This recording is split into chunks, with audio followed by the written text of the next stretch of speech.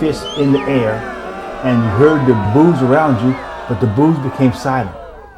They sounded like the wind blowing.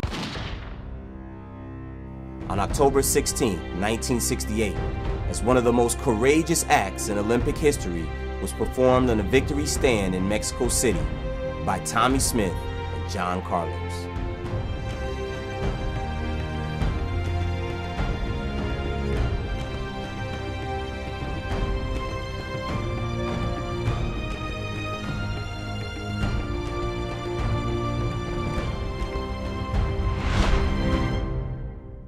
With his raised fist at the 1968 Olympics in Mexico City, he and trackmate John Carlos brought worldwide recognition to the struggle for civil rights of African Americans.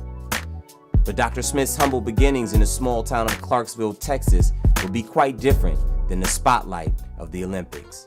You know, it was very simple childhood. The backwoods of Texas, sharecropper's son, one of 12 children.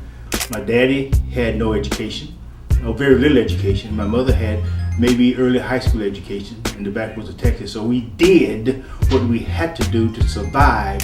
A young Tommie Smith learned lifelong lessons that would ultimately shape his future and build his character while working with his father cleaning floors.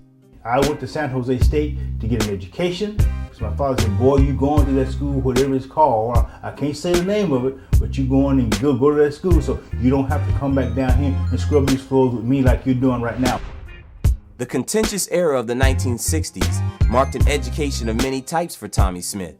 While attending San Jose State University, Tommie was educated by the events that highlighted the civil rights era. Martin Luther King assassination was when Tommie Smith was more educated in the reality of the American dream because of the issue of equality.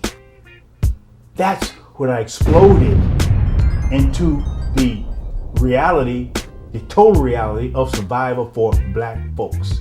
I said way back then, we must change, we must do something. Change we must, change is gonna come. Glory, hallelujah.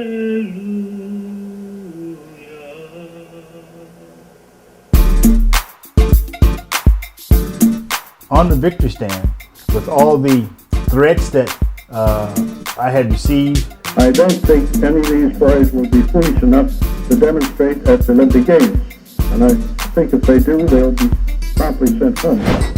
That was the longest national anthem in the history of the world. That's what I thought. Because it seemed to me it lasted for an hour.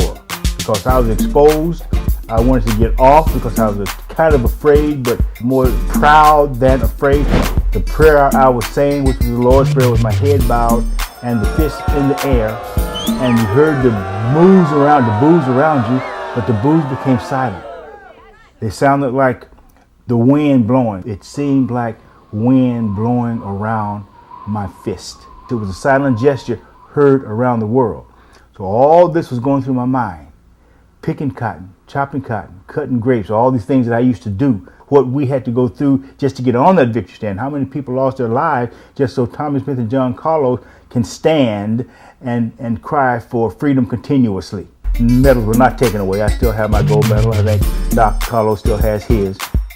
This is an Olympic ring, which I received a few months after. Never forgetting about the people, Smith continues to use his voice and influence to ensure both gender and social equality.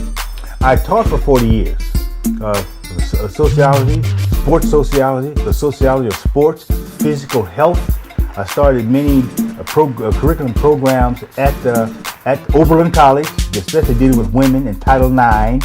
So yeah, Tommie Smith is giving back, and I will continue to give back.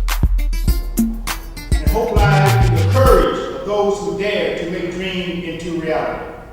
In the face of adversity, my friends, the struggle continues.